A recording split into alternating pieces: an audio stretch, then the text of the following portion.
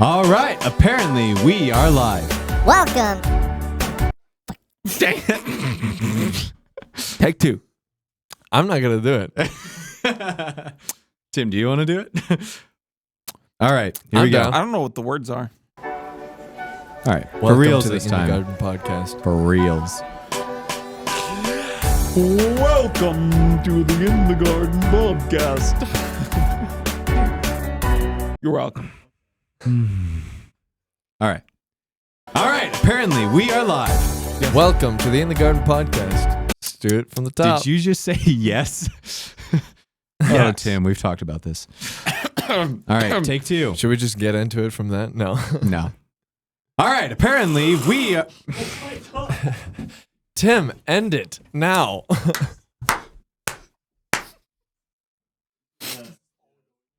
This is all going in. I can't That's believe what Carter's this. telling us. All right, this is going to be all over the internet.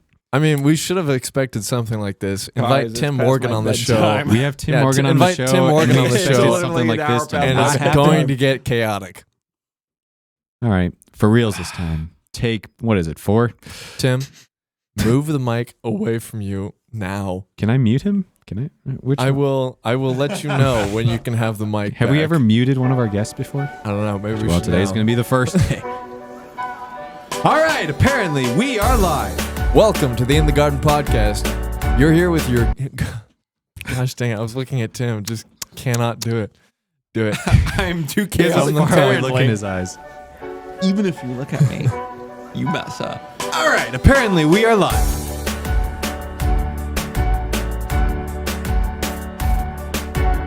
Welcome to the In the Garden podcast, season 2. You're here with your hosts, Gideon, Marlatt, and Jake Hughes. Hey, Today we have a special guest, Tim Morgan.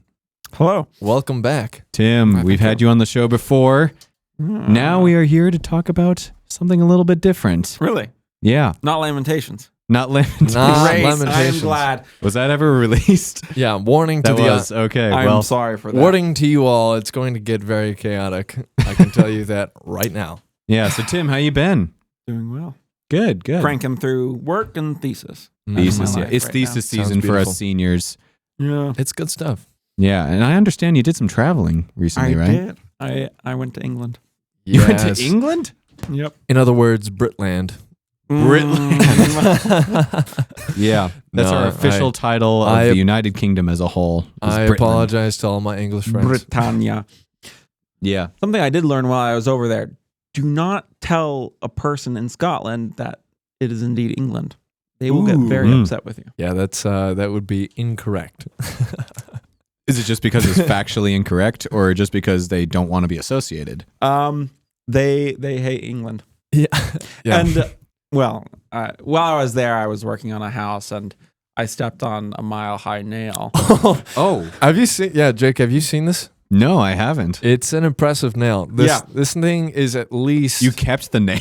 Yeah, maybe. What are we talking? 3-4 inches long? It's 4.5 inches. 4 I didn't measure it. Oh, It's disgusting. So it was. this is the weirdest souvenir I've ever Yeah. heard. Hey, it's a well earned souvenir. Let's just say that. Okay. Well, yeah, part of it was in my foot for a bit. Yeah. I pulled off my boot and it was still in my foot. Ouch. But anyway, I went to the British Health Service and I met a Scottish doctor there who I was As- relating to him As how you great. normally do. Yeah. I was relating to him how great my trip was in England and how I was seeing all these wonderful old things. And he looked at me and did, well, I've been here 20 years and I haven't seen a single good thing. And he was Scottish. Whoa. Did that affect the rest of your trip? No, It's like, but I'm it not was- expecting much from here on out. Exactly. It was pretty I've funny to taken hear on him a say that, Scottish though. view of this trip now. Yeah. What did you learn about England when you were there that, might be surprising to some of us? Contrary to popular opinion, their food is better. Their food I'm is sorry. better? That's a lie. Don't Unless they you're put talking vinegar about on their curry. everything? They do put vinegar on chips, which are French fries. Yes. Wow. I mean, but No, Outside their of the food curry. is better. right. Okay. They have a Let's lot just of- say this. It's probably only because the Islamics have moved in. Bruh. Whoa, we're going there. But like, what kind of They foods did you bring the have there? taste. It's mostly bread, to be honest. Bread? A lot of bread. Okay. Breaking bread with your British brethren. Say that 10 times Indeed. fast. No, bread. Okay, so squash is something that is fantastic. They sell you these bottles of concentrate that you're supposed to dilute like 1 part squash, 10 parts water. I made the mistake of not doing that. Which was Tim. wonderful. Rookie mistake. It was delicious. It also is like drinking concentrated sweet tarts, but it's great. Wow. Sounds delicious. Did you add vinegar to it? Oh, Secret ingredient. I've heard vinegar is like the British ketchup. You know? Yeah, When it we, kind of we put is. ketchup on a lot of stuff. The British, they put a lot of vinegar. It's less intense than American vinegar, though. It's not as potent on the nose, but it is quite good. Yeah. So you have bread that is fantastic. You have a lot of really good cookies. You have a lot of really good chocolate, and it's all cheaper. You can literally buy a whole sleeve, which is like 20 cookies, for like 60p, which is essentially like 75 cents. Not bad. It's amazing. Man. Yeah. What is a pound little compared jealous. to an American dollar? The exchange rate is about, I think it's like $1.20 to a pound. Okay. So the pound is worth more. Gotcha. Yep. Even though their economy is Just shot. barely. Just barely. Dude, Yeah. that's $0.01. What are you talking about? Do the math. You know what I think we should talk about Well, is when Tim came back from his trip.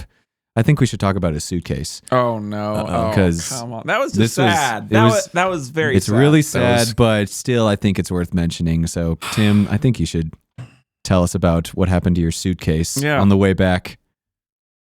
Well, my suitcase made it. So for all of you worrying about That's me losing baseline. His suitcase made it back. my suitcase did, which is in fact, rare get in back. air travel. Yeah. So to begin the story, one of my goals with going to England was to bring back alcohol, particularly a wine. quality goal. Yes, I managed to bring some back. But in that whole process, I was trying to find a suitcase in England so I could actually have a checked bag there, and I found some for free, which was fantastic. Of course. Anyway, Guys, hold on real quick. Just an interjection. If there's one thing you need to know, free things just find their way to Tim. Yeah. Yeah. do. It doesn't matter if it's somewhere lost. It will be found and it will be given to Tim. Yeah. I mean, I kind of have like All a roads lead professional to coffee Tim. grinder that I just got for free right Yeah. now. We will be driving pretty down the fancy. road, and I will have been driving that whole road for about a week straight, and I drive down it once with Tim. Oh, hey, look, it's a free thing. Let's stop and pick it up. Yeah. I haven't seen a free thing this whole time. Look Only at with the Tim. leather gown. Let's Exactly. grab it. Anyway, Yeah, sorry. all the couches we have in the herb garden, I think we can credit to Tim. Yeah, most of them were free. And they were all free. Almost. Almost all of them were free. All right, so you found a free. So I found a Bag. free suitcase, and Okay. it was pretty stripped down. It was just literally a hard shell. Picked that up, packed it up with my stuff, including a very nice bottle of port. Oh. Yes. This is wherein the tragedy lies. So I thought I wrapped it appropriately in my Carhartt pants, but apparently that was not enough. I don't think Carhartt is known for being that soft, but You'd thought think. Hey, their work pants. I thought they would protect this bottle of port, but they didn't. So from I come cuts back and nails. But super excited about sharing all these things. I bought a bunch of cookies that I brought back from England, and I was excited to share them with all the roommates. So I like plop my suitcase right in the middle of the kitchen, and I open it, and just this aroma of port floods out, It smelled amazing. along with a lot of glass. and Tim just yeah. went, shoot. His first word when he came back was shoot. Pretty It much. was really sad. I mean, the port smelled amazing, and then you just started thinking about what would have it tasted like. Uh-huh. Yeah. This is so sad. Yeah. Anyway, so But your clothes smelled like port for the next couple my of clothes days. smelled like port until I washed them, and I have one pair of Carhartt pants that is now permanently stained with port. Oofta. It's a good story. It's But at least you did fulfill your task in bringing back alcohol from Britain. I did. I did bring back a bottle. And Now now- I survived. and You never now said you by carry what it around. means, but No, hey, but now you carry it around everywhere you go. yeah.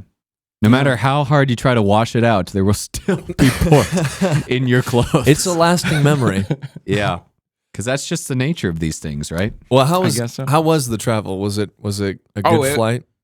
The flights were long. I mean, 12 hours over the sea, and 12 going hours? there, you're jumping back. What was it? You're jumping you're jumping forward in time. So Okay.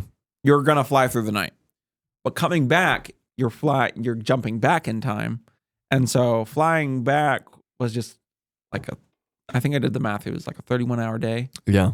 just continuous sun. I You're know. like flying towards the sun, and you're like, well, it's 8 p.m. now. Oh wait, it's actually 2, Yeah. and the sun's still up.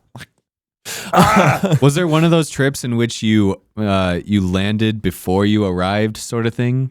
You know what I'm talking That about? would have happened unless, that would have happened for my flight back to America, except the hydraulics on the brakes decided to explode. Oof. Like literally, I'm sorry. we're what? all seated, we're all buckled, and the intercom goes on, and the captain does, the line of the brakes are spewing liquid right now. We're gonna need to get that checked out before we fly back. Attention passengers, this airplane is prone to explode. No, what you probably heard was just Brakes. Line is spewing liquid. Not good. I loved how he was just like he was kind of panicking about it. He was like, this is like a 0.1%. This doesn't happen 99.9% of the time. I'm so sorry, guys. You know what else doesn't So, happen? Take a picture. You know what else doesn't happen normally? Doors flying off planes, but somehow. Yeah, apparently it that was happened. in the news the other day. Right? Wait, what? Was it Spirit Airlines? Oh, Spirit dear. Airlines. My brother-in-law flew on a Spirit Airlines trip once, and he looked down the window, and lo and behold, there was duct tape on that Hey. on that wing. Yeah. Oh, that's so good. He is still alive to this day. Good to know. Good Yeah. to know. So, Tim, I know we have something in particular to talk about for this episode. You mentioned that you were cranking away. Why That's don't hard you to try say. that again? You said that you were cranking away at your thesis, Yes. right? Indeed. And yet you had the time to take a trip to Great Britain? Because I was smart, unlike all of y'all, and had transfer credits. You had okay, fair enough. Okay. But- No. Yeah, but I don't think that's what we're talking No, about. here. yeah, but No, I took a how'd lot you of find the planning. time? So I had transfer credits from my community college days, and that allowed me to, to be honest, I just took up 2 weeks of Christmas break. That was where I found most of the time, and then I spent a week of my school time still in England and came back week 2. So it wasn't too hard to find the time. It was just a matter of saying, well, I'm not going to see my family this Christmas. Did you spend Christmas there? No, I did fly over on New Year's Day, though. That's Oh. why the tickets were so cheap. No, I just stuck around in Moscow for Christmas. That was rather good. But That's yeah, good. But you do have family over here in Moscow. yeah, I do. I have a brother-in-law and sister, All right. All That's good. right. and a nephew, and a niece on the way. Wow. Well, there you go. You're not lacking in family. Mm-hmm. No. So, all right. But what was the real reason why you went to England? Thesis research. Oh, there Say you it. go. Say it again. I think the mic cut out. Thesis research. I You're think still it's cutting out. I can't Do you know- whisper into it. That's very sad. Thesis research. there. No. You go. Yeah. Say Maybe- it. Say it Maybe loud we and can clear. edit that in post. Anyway, That's so random. All right. just for your knowledge, it's 10:30 p.m. right now. Mm. It's like an hour past my bedtime. Yeah. Nobody else Yeah. knows listening to this, but they do now. No. We make sure we recorded the most prime time.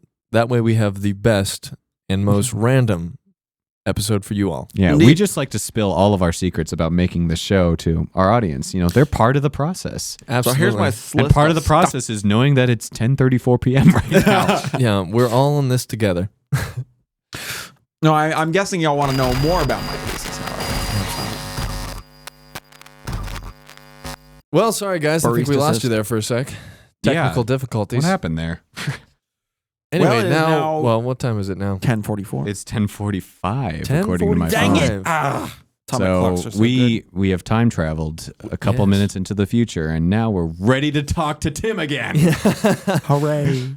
All So right. Tim, we want to know. You said that you went to Britain to get some alcohol.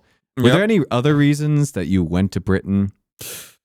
Well, the main reason was thesis research, and I was given an opportunity to work on a farm, so that kind of helped. Oh, you worked on a farm. Yeah. So during the week, I worked on a farm, stripping back a house, seeing all the structure of it, because there's English people like plaster on their bricks and on their wood. So I was taking the plaster off their bricks and their wood. Hmm. So I was doing that during the week. Jake, your face. I'm sorry. Hold it together, man. Keep it together. I am mature. Anyway, so I was doing that during the week, and then I was going to Westminster Abbey during the weekend, just doing research in the Abbey and on the Cosmati pavement, which is mostly me just looking at it, Okay. So what? taking pictures of it. Yeah, explain if you would, please. What is the Cosmati pavement, and why would it hold such interest for us? I don't know. It's interesting. Oh, there you go. Fair enough. Your defense was awesome, wasn't amazing, I guess. it? Is that how your defense went? kid. Me too. Well, No. okay. So what is the Cosmati pavement? It is Well, the thank you symbol- guys for tuning in. This is in the Content is loading. My brain is buffering. There's a buffer bar over it if you can't see. Yeah. No, so my take is that it's the symbol of the Abbey. So Okay. in order to understand the Cosmati pavement, you actually need to understand what the church is doing, so this is a 13th century artifact. Probably it's the most well-preserved 13th century artifact in Westminster Abbey. Okay. It's very well preserved, and so in order to understand it, you need to understand, well, what is the church for? And so the Catholic Church back then, There you I just pulled up the Cosmati You're pavement. So distracting me with the Cosmati pavement. I'm distracting you with the topic of your thesis. go. Timothy, like No, the I just moth pulled up that a he picture. is, I was like, drawn what to is the Jake light. showing Gideon right now? Just like, Is it like a, check out this what? meme I found. No, Excuse me? no, I'm looking at a picture of the Cosmati pavement right now. Yeah. So you've got a circle with a lot of other circles and squares and whatnot, and a lot of star shapes, triangles. It's all the stones are significant, but I won't get into that yet. I'm still talking about the Abbey itself. So the Abbey, what's happening when you go to the church to worship God on Sunday, and this still applies to us at church. Well, you are going into the heavenly places with all the saints and angels worshiping before the throne of God by faith. Mm-hmm. And the medievals took that very seriously. And so their whole abbey, church, cathedral was modeling that. They wanted to show you. So medieval notion of symbol is, well, we are on earth and there's a deeper reality happening here. We can symbolize that. We can point you to that deeper reality. And that's what a symbol is to the medieval. Right. That's a very crude explanation. But so the Abbey is doing that. The Abbey is showing you that you're in the heavenly places, and it's showing you that you're approaching the throne of God, and showing you that you're surrounded by angels and the saints. Westminster Abbey does this in a particularly interesting way by having dead people buried in the floor you walk on. So I walked on Winston Churchill. Ooh. Wow. And like also that. Stephen Hawking, Oh. which is going to be awkward for him on the day of resurrection. But Yeah. bad Winston for Churchill him. looks over and what the heck? his ashes are there in Westminster. Wow. And also some other really despicable people. So anyway, the Cosmati pavement is generally understood to depict the whole cosmos. Okay. So it's the whole, so medieval cosmology, you have the earth is at the center and everything is like a cone. It goes up to the primo mobile, and there's a lot of layers in between that. And the primo mobile means prime mover or first mover. And it's the closest thing you get to God before entering. Like, right before God. Okay. So the earth is shrouded in darkness. Okay. And once but you have this layer that's called the sublunar barrier or something like that. I'm forgetting the exact word. All of between sublunar down to earth is all darkness because Adam and Eve fell, Right. and we're shrouded in sin now. We go above that and we enter a realm of pure light. Anyway, sorry, I'm being distracted. No, that's good. So, Tim, if I could, how did you come across doing this as your thesis project? Like, what's the story behind you choosing this topic? I didn't want to write a thesis. I wanted to build something. Yeah.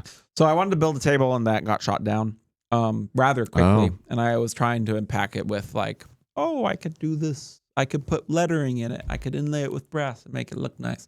They're like, no. And then I thought a mosaic would be great. So I could build a mosaic, pack it with symbolism. So like, for those of you who are familiar with a Flammarion engraving, you have the man who's in the physical realm peeling back the sheet and looking into the philosophical realm. So I was like, if I could make a mosaic something akin to that, where I'm actually like making a statement about what NSA is as a facility for learning, I could pull that off. And then I was getting good feedback. I was having professors like Dr. Slack like, "Ooh, that's actually really cool. I like that idea." And then I got to the facilities manager at the time, and he was like, "You can't build anything permanent at NSA." Because the whole point of a mosaic is to put it on the floor for people to walk on. I think NSA builds things that are permanent. Yeah, I was going to say, builders and shapers of culture never Yeah. build anything permanent, clearly. I guess so. Yeah. So that kind of killed that idea. But in that process, I came across the Cosmati pavement, and I thought, ooh, that's kind of cool. And I thought, there are a bunch of little spheres in there. Cosmati, cosmology, that's going to be great. Easy connection. And They do sound alike. Yeah. yeah. And yeah, there's nothing there. Okay. Yeah. It's just an Italian family who's there. The Cosmati family. Yes. They created a very geometric design for actually mostly cathedral and abbey and church floors. So yeah, it's Cosmati generally is pretty cool. It's very pleasing. It's very geometric and symmetrical. They're quite fun to look at. So it's a style of pavement. Yeah, it's a style of pavement. The Cosmati pavement in the Westminster Abbey is very unique in a lot of ways. Partially because it is explicitly depicting the cosmos. Right. It's also predicting the end of the world in 19,683 years. And it does that by adding the lifespan of a bunch of different animals multiplied by 3. So it starts with like hedges, dogs, horses, and then gets to giant sea serpents. Pretty exciting. And then it's like Classic. the world. And then it's like, and it's going to end at that time. So for all of you who are waiting for the second coming, it's going to happen in like 12,000 years. So Cosmati was We've got some post-millennial? time. we've got some time on Earth, according to the Cosmati pavement. Okay. So, if you don't mind me asking, what are the dimensions of this thing? How large is this? It is roughly 25 by 25 feet. Okay. It's quite large. And why does the Cosmati pavement specifically have any importance? Is it just because it's in a famous abbey? So, for one, it's a very well preserved 13th century piece of art. Okay. So that's it. People are like, ooh, cool. But locationally, it's before the high altar of God. So I was saying earlier, you're approaching. So when you enter a church, you're approaching the throne of God in heaven. And so it's this thing depicting the heavens right before the high altar. So there's some significance there. The king and queen are also crowned on this thing. So the center orb is commonly thought of as the earth. Richard Foster offers a different opinion. But the king is typically crowned with he's sitting in the coronation chair with his feet on the central orb. So it's like, Which is? the earth. The earth. Okay. So it's a little bit of the symbolic thing happening where the king is putting his feet on the earth as his footstool, as a representative of Christ, showing, I have divine authority to rule over the English people because I have authority given to me by God. That's pretty. As he's pretty heavy. seated in the heavens. It's pretty cool. So then, pretty much what you're saying. Go back and watch the crowning of King Charles. Except the awkward thing with King You can watch Charles that. is that he is sitting on the earth. His feet are not on the earth. Really? His butt is on the earth and his feet are in the heavens. It's kind of awkward. Oof. Yeah. Wrong placement. Is this Yeah. something you bring up in your thesis by any chance? Nope. Oh, well. Aw. No, the thesis is all about learning tons of information to then you only use like a quarter of it. Of course. So that's my experience of it so far. You got to get 10,000 words out of it somehow, right? I got 3,000 so far. Yeah. All right. Well, hey.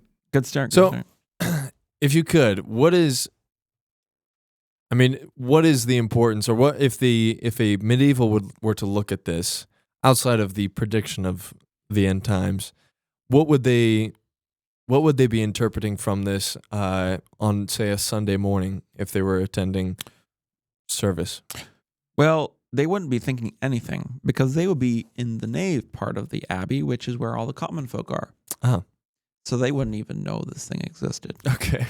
Yeah, Gideon. So sorry. Well, Okay, so basically, once we open that up, the abbey is composed of three parts. You have the nave, which is where all the common folk go. Then you have the choir, which is all the important folk go. And then you have the high altar and the sanctuary. So That's Okay. where only priests go. But uniquely, the pilgrims would have been coming to pay homage and steal from Edward the Confessor and steal bones and stuff. So they would have Naturally. walked right past the Naturally. Cosmati pavement, actually. So not on Sunday morning, but commoners would have seen the Cosmati pavement. wait. So if you're saying that the Cosmati pavement is in front of the The high altar. high altar, Mhm. and that's where the choir is as well. So the choir Is the choir surrounding the Cosmati pavement? No, so the choir is a step back. So if you imagine a line and you cut it into three parts, the first part is the nave, Mm-hmm. second part is the choir, third part is the sanctuary. Okay. But the sanctuary is a lot smaller than the other parts. Okay. So if you made the line 2 equal parts with a little bit at the end, Yeah. that would be that. Okay. Yeah. But it is interesting that that the choir is so close to the Cosmati pavement. If the Cosmati is, because you did say it represents the cosmos in a sense, right? Yeah. With the earth and the heavens. Actually, how does that work? Like, what's the ordering of that? The ordering? Well, you said the earth is at the center. Yeah. And then So- what is it? Where does it go from there? I'm not particularly versed in what all the orbs mean, mostly because no one really does. Richard Foster proposes a hypothesis. So you have this symbol called the quincux, which Aristotle uses to represent his elements.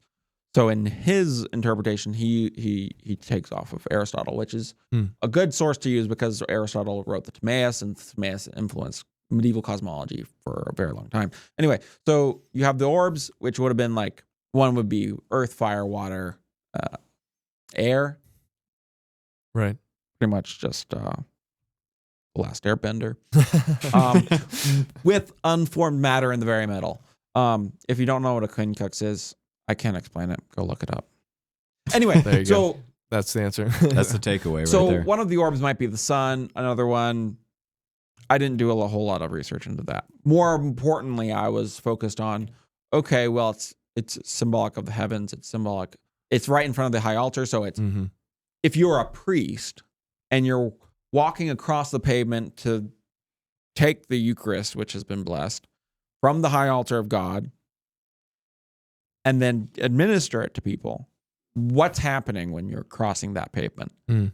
And so, Right. common thought back then is, if you're a Christian and you die, you become a celestial body. You become a star. Fair enough, I guess. Yeah. No, they have verses in Psalms to back this up. But symbolically, what's happening when you're walking as a priest, you're walking across the pavement. You are walking across the heavens with all of the saints to the high altar of God. Mm-hmm. which is kind of cool. Oh yeah, that is very unique. I mean, okay, so real quick, I mean, back to the point I was making earlier. It is interesting that the choir would be so close to the Cosmati Pavement. I only say that because anytime you study medieval cosmology, a lot of times you do hear about the music of the stars. You know, the I see where the confusion is. The choir is spelled Quire. Oh, It's not actually a choir. Choir. Okay. No, it is interesting You've that you deceived us this entire episode. So it's choir. Choir. Thank It's that where all sound the again. important people sit. So all the Clergy. what is it? Clergy, royalty, Okay, people, important people in England. gotcha. I got to sit in the High Commissioner's seat. Anyway, Were you allowed to sit in the High Commissioner's seat? apparently, they let me. No, so it is interesting that you bring up music because, all right, you have the choir. So the CH choir. Okay. You have it's a bunch of To men. be clear, the people singing, not the people singing, people. important people sitting. And it's interesting because you go into a cathedral or abbey and the ceilings are incredibly tall. Like you could have multiple stories and your voice is just dampened by all of the space there. You feel incredibly small and you're looking up at this architecture and you're thinking, oh, kind of like the heavens. Oh, look, there's a carved angel up there. Oh, look, there's carved stars up there. That's pretty cool. And then you hear people sing and it just fills that space. But the interesting thing about the CH choir is you can tell that they're singing from the ground. So it's like, oh, these are people singing. The second, though, that the organist presses a key, you cannot tell where that music is coming from. It just surrounds you. And it does feel very much like heavenly music. You cannot tell, like, even though you're looking at the organist play the organ, you're like, did the organ come from behind me or did it come from the... I don't know. Yeah. It's incredible how just awesome the organ is in that space. That is pretty great. And there are elements of music that Augustine gets into, of just harmony, proportion, that the architecture steals from. So there's a lot of interconnected themes here that I'm developing in my thesis. So you have the Cosmati Pavement, you're crossing it to, like, the church represents this, where you're entering the heavens, you're worshiping with the saints before the throne of God on Sunday by faith.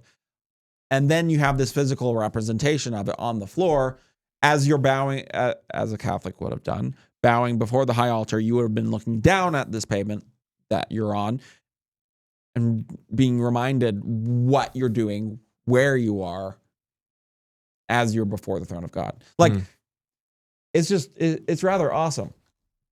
Yeah. That's epic. Sounds like it.